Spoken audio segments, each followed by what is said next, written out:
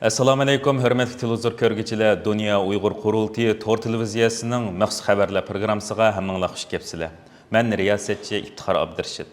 Germaniyaning poytaxti Berlin shahrida Xalqaro Uyg'ur ayollar dialogi ochilgan bo'lib, 14 noyabr va 15 noyabr kunlari davom qiladigan bu 2 kunlik yig'inga Yevropa davlatlari asosli bo'lib, 10 ga yaqin davlatdan Uyg'ur xonim-qizlari bir yerga jam bo'lib, Xitoy hukumatining elib berayotgan ayollar huquqini dafsanda qilish jinoyatlarini oshkorlab, Xitoyning atalmish ayollarni kuchlantirish tashviqotiga raddiya berish, xalqaro munbarlarda Uyg'ur ayollarining kechirmishlari, yetakchilik roli va qaysarligini namoyon qilish orqali ularni kuchlantirish va ilhom berish, Uyg'urlarning odil davosida dunyoviy ayollar huquq harakatlari, siyosat tuzguchilar va tashkilotlarni davomli harakatga undash, jinsiy barobarlik, irqiy qirg'inchilikning oldini olish va javobgarlik tortishni o'z ichiga olgan hamkorlik strategiyalariga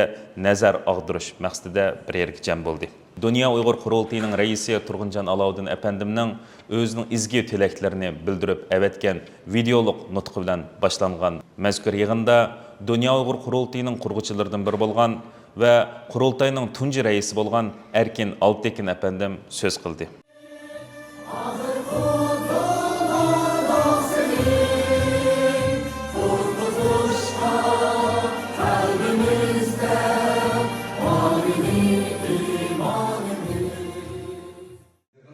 Kelgan hurmatli xonim-qizlarimiz, hammanglar xush kelibsizlar. Dunyo vaziyatida hozir ayollar haq huquqi ta'kidlanayotgan bir mezgilda va Beijingdagi Xitoy hokimiyati o'zini the talk. Ladies and gentlemen, distinguished guests, first of all, I would like to thank Madame Ushinaba. Onundan başqa yana Amerika Avam Palatasining a'zosi, Uyg'urlarning do'sti Yankim xonim o'zining ko'ngil so'zlarini izhor qilib, maxsus bu yig'in uchun avatgan videosi qo'yildi. Woman Yang Kim, and I represent California's 40th district. I am honored to join you virtually for the International Uyghur Women's Conference, which is hosted by the Campaign for Uyghurs and the World Uyghur Congress. Parlament a'zolari va muhim shaxslar so'z qilgan bu ichilishda bo'lsa, Dunyo erkinlik qurultiyining sobiq raisi Masih Ali Nijat xonimi so'z qilganlardan biri bo'ldi. U o'zining Uyg'ur xonim-qizlar bilan har vaqt birlikda ekanligini, Uyg'ur davosini butun dunyoga anglatish, Uyg'ur irqiy qirg'inchiligini to'xtatish uchun Uyg'urlar bilan bir safda turib, har vaqt kurash qilganligini ifoda qildi. I didn't know really who she is.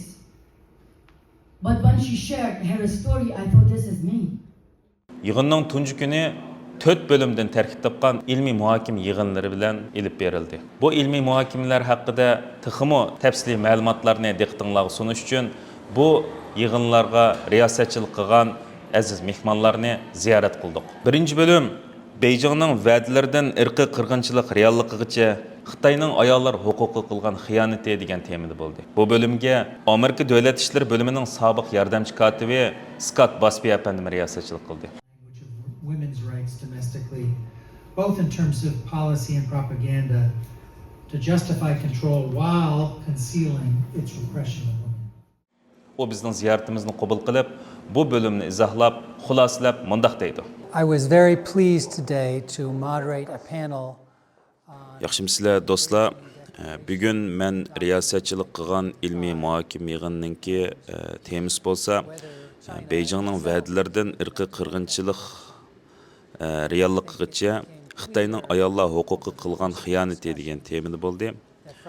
1995-yildagi Beijingning qarori bilan Xitoyning Uyg'ur ayollariga qarshi ishlagan jinoyatlarini selishtirib muzokara qildik bu yig'inda. Hamda bu bölümninki muhim nuqtalari bo'lsa, Beijing bayonoti va Xitoyning xalqaro mas'uliyati, va'dalar va haqiqat orasidagi farq, Birlashgan Davlatlar Tashkiloti mexanizmlari va xalqaro javobgarlikning roli. Bu xalqarалық mexanizmlar nimalarni qilishi lozim degan temalar bo'ldi. Declaration and Platform of Action in 1995. İkinci bölüm bolsa, ziyankeşlik uçurğuchi bo'lishdan ortiq ayollar qanday qilib kuch va kurashni qayta shakllantirdi degan temada bo'ldi. Buningga Dunyo Uyg'ur Qurultiyi Yoshlar Komitetining mudiri va Shveysariya Uyg'ur jamiyatining raisi Rizvona Ilham xonim riyosatchilik qildi. Extremism and strengthening democratic participation. PNR has been raising awareness about the oppression of the Uyghur people for over 20 years. And her solidarity with Uyghur cause is deep and long-standing. U bu bölümni xulasalab mundaq deydi. Assalamu alaykum aziz ko'ruvchilar. Men bugun ikkinchi bo'limning riyosatchiligi qildim. Bu bo'limda biz ziyonkashlikka uchirg'uchi bo'lishdimi ortiq ayollar qanday qilib kuch va kurashni qayta shakllantirdi degan temani bahslantirdik. Uningda bo'libmi muhim muhokama nuqtalari muhojiratdagi kurash va kimlikka hakim bo'lish, madaniyatni saqlash, siyosiy kurash va shaxsiy sog'lomlik orasidagi tangpuqliq. Undan boshqa yana haqiqiy ahvolni jakarlash. Uyg'ur ayollarining guvohligi va faoliyatini orqali irqiy qirg'inchilik va jinsiy tengsizlikni dunyoning idrokiga qayta sunish. Dunyoviy ayollar harakatlari bilan hamkorlik. Organik o'zgarish uchun hamkorlashish bo'ldi. Bugungi so'zlikchilar bu ikkinchi bo'limda Pinar Chetin, Germaniya Islom Akademiyasining raisi, Mahliya Chetinkaya, Alberta Uyg'ur jamiyatining program yetakchisi va Ami Sui, Freiheit für Hong Kong ning muavin raisi va Yevropa Hong Kong muhojirati birlashmasining bosh kotibi edi. Bo'libmi bugungi eng muhim temaning birisi biz ayollar, bu Uyg'ur ayollar va umumiy yuzlikda ayollar özümüzni hergiz ziyonkashlikka uchirg'uchi deb atmaymiz. 3-bölüm chegara halqigan bostirish, ayollar chegara halqigan bostirishda qandaq nishonga aylandi degan temada bo'ldi. Buningga Uyg'ur harkat tashkilotining programma koordinatori Jacob Rope apandim riyosatchilik qildi. Our goal today is to show how the CCP uses gender to shape its threats and intimidation and to highlight the responses women are building to protect themselves and their communities. With that said, I'm honored to U bu vaqtda to'xtalib mundaq deydi. Yaxshimsizlar do'stlar, bugun men riyosatchilik qilgan bu bo'limda bo'lsa, chegara halqigan bostirish, ayollar chegara halqigan bostirishda qandaq nishonga ilindi degan temada bo'ldi. Bu bölümninki muhim muhokama nuqtalari bo'lsa, jinsiy xarakterdagi zulm taktikalari, Uyg'ur ayol faoliyatchilariga qarshi tor orqali parakanda qilish, jinsiy tus olgan bo'hton va tuhmatlar tarqitish, madaniy va ro'yi kontrol, ijtimoiy jamiyatda nomus va obro'yga hujum qilish orqali jimiqtirish, qatma-qat mushkulot, chet ellarda siyosiy faoliyatni tahdid ostida elib berish bilan birga oilaviy ijtimoiy majburiyatlarning hudisidan chiqish, oxirida bo'lsa ayollarningki chidamchanligi va qaytarma strategiyalar, sabtashlik to'rlari qurish, vahimadan ogoh bo'lish va raqamlik muhitdagi xavfsizlik tadbirlari degan temalar bo'ldi. 4-bölüm va oxirida bo'lsa majburiy emgak, oilalarni ayirish va nazorat qilish, Sharq Turkistondagi jinsiy zulm mexanizmi degan temada bo'ldi. Buningga Dunyo Uyg'ur Qurultiyining Sharqiy Yevropa davlatlariga mas'ul koordinatori Evita Vansikova xonim riyosatchilik qildi. And I think was great to hear all the panels today. And I would also like to thank to all of you.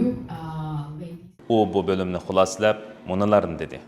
Yaxshimsizlar, men riyosatchilik qilgan bugungi ilmiy muhokama yig'inininki temasi bo'lsa majburiy emgak, oilalarni ayirish va nazorat qilish, Sharq Turkistondagi jinsiy zulm mexanizmi degan temada bo'ldi.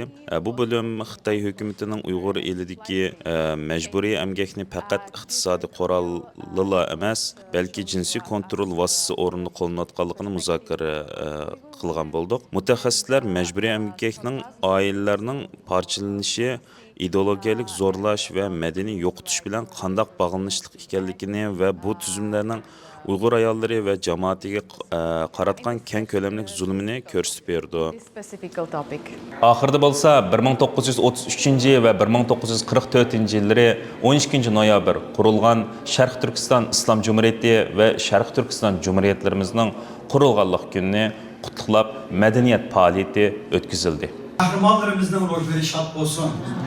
Bugün lagerlarda yatıbatkan ana kızlarımızın günü asan olsun. Ulanın avazı bulunmanda dünyanın dört bir uçudaki hiç gündüz yığılavatkan, köreş kılavatkan karındaşlarımızga Allah bin güç kuvvet versin. Tinanlar selamet olsun, gönlünler hatırcam olsun.